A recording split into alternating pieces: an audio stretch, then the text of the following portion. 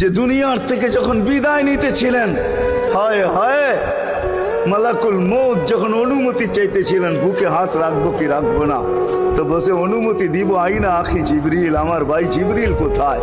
তো বলছে দেখা আসছি ফি সামাইল উলা, প্রথম আকাশে। একটু পরে উনি সালাম দিয়া ঢুকছেন, ওনার চোখে পানি ছিল। তো বলছে আপনি কাঁদেন কেন? বলে আজকেই এলপিআরে চলে যাবে, আর কোনোদিন ওহির বাহক হয়ে জমিনে আসবো না।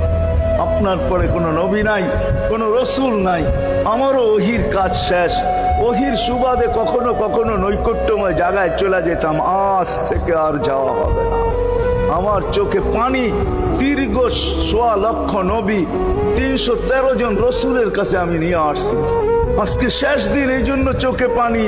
তো উনি উল্টা প্রশ্ন করছেন, আপনার চোখে পানি কেন? জিবরিল, মালাকুল মউত দাঁড়ায় আছে, অনুমতি চাইতেছে বুকে হাত দেওয়ার জন্য, এখনো এক প্রশ্ন বাকি। বলছে সেটা কি? বলে ফামান লিবাদিলি উম্মতি, অথচ ৯ ঘরে চুলা জ্বালানোর মতো তেল ছিল না। যেই সময় চাইতেছেন ওই সময় বলতেছে জিবরিল, আমার পরে উম্মতকে কে দেখা রাখবে? লানত আমাদের জিন্দগির উপর। জিবরিল ছুটা গেছেন, ছুটা আসছেন, আল্লাহ জবাব পাঠাইছেন, লা আতরুকু উম্মাতাকা ফারদা ওয়ালা ওয়াহদা, বন্ধু চলে আসেন, আপনার উম্মতকে আমি দেখা রাখবো।